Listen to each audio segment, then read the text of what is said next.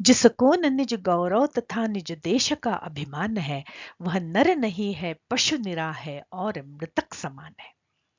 राष्ट्रकवि मैथिली शरण गुप्त जी की इन पंक्तियों का तात्पर्य यह है कि जिस व्यक्ति में आत्मसम्मान नहीं, जिसके मन में अपने देश के प्रति सम्मान नहीं, जिसमें अपनी भाषा, संस्कृति और परंपराओं के प्रति सम्मान नहीं, वह वास्तविक मनुष्य नहीं है, वह पशु निरा है, माने पशुओं के समान है और मृतक समान है, माने मरे हुए के समान है।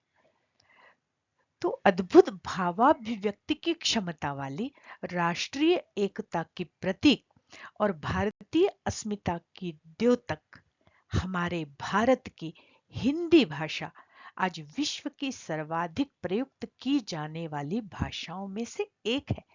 ऐसी विश्व प्रसिद्ध अपनी राजभाषा हिंदी के प्रति हमारे मन में सम्मान होना ही चाहिए। तो इस भाषा के सम्मान में प्रतिवर्ष 14 सितंबर को मनाए जाने वाले हिंदी दिवस की आप सबको अनंत शुभकामनाएं।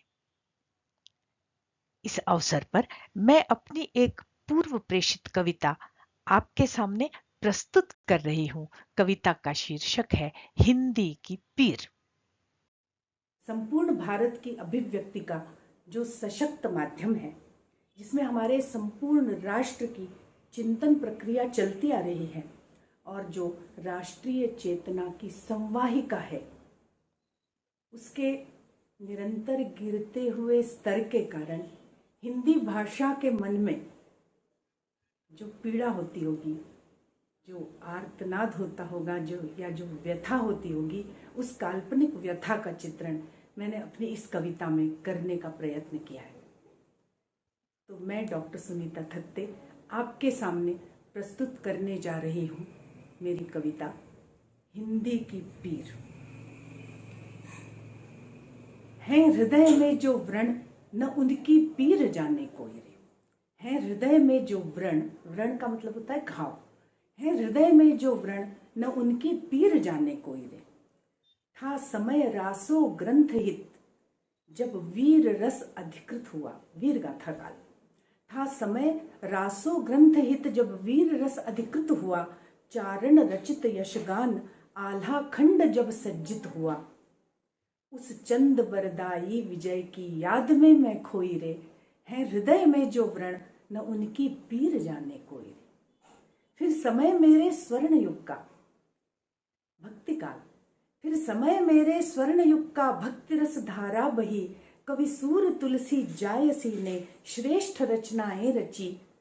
वह भाव नार्द्र कबीर की जाने कहाँ अब खोई रे। है हृदय में जो व्रण, न उनकी पीर जाने कोई रे। जब बिहारी के काव्य ने गागर में सागर भर दिया, रीति काल की बात है कि जब बिहारी के काव्य ने गागर में सागर भर दिया, कवि देव भूषण घनानंद ने अति चमत्कृत कर दिया। सौंदर्य उस अनुपम कला का याद कर मैं खोई रे। है हृदय में जो व्रण, न उनकी पीर जाने कोई रे। महादेवी गुप्त दिनकर निराला और पंत ने, ये आधुनिक काल के कवि हैं, कि महादेवी गुप्त दिनकर निराला और पंत ने उन नीरजा साकेत कामायनी जैसे ग्रंथ में अप्रतिम वर्णन कर किया सज्जित अलंकृत मोहिरे। है हृदय में जो व्रण, न उनकी पीर जाने कोई रे। उन अम्बुजों को चख, उन अम्बुजों को चख करेला अब मुझे भाता नहीं। उत्कर्ष से अपकर्ष का दुख अब सहा जाता नहीं। एक विदेशी भाषा के हाथों बेच डाला मोहिरे। है हृदय में जो व्रण, न उनकी पीर जाने कोई। सब छोड़ निज अभिमान, सब छोड़ निज अभिमान, दौड़े आंग्ल भाषा की तरफ। उत्कृष्ट लेखन और पठन की, उत्कृष्ट लेखन पठन की प्रायः किसी को ना तलब। साहित्य की इस दुर्दशा पर अश्रु भर भर रोई रे।